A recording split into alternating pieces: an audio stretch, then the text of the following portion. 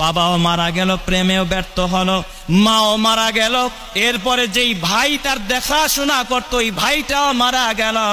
এখন আর তার মাথায় ছায়া দেওয়ার মতো কেউ নাই, মানসিক ভারসাম্যহীন এই তোফাজ্জল বিভিন্ন জায়গায় ঘুরে ঘুরে বেড়াতো শুধুমাত্র এক মুঠো খাবারের জন্য।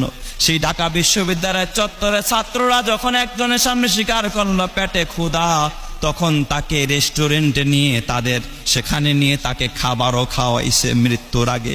এই আব্দুর রাজ্জাক সে তোফাজ্জল নিজেও জানতো না যে এই খাবারটাই ছিল তার জীবনের শেষ খাবার। আপনারা দেখেছেন সে খাবারও গ্রহণ করেছে।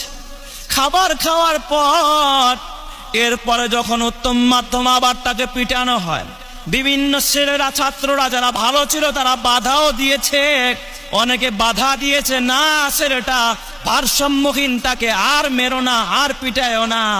এক পর্যায়ে এমন নির্যাতন, জাহিরি যুগের মতো নির্যাতন, হাত পায়ের আঙ্গুলের উপরে লাঠি দিয়ে জুতা দিয়ে পাড়িয়ে হাত পায়ের আঙ্গুলগুলো একেবারে থেতলে ফেলেছে।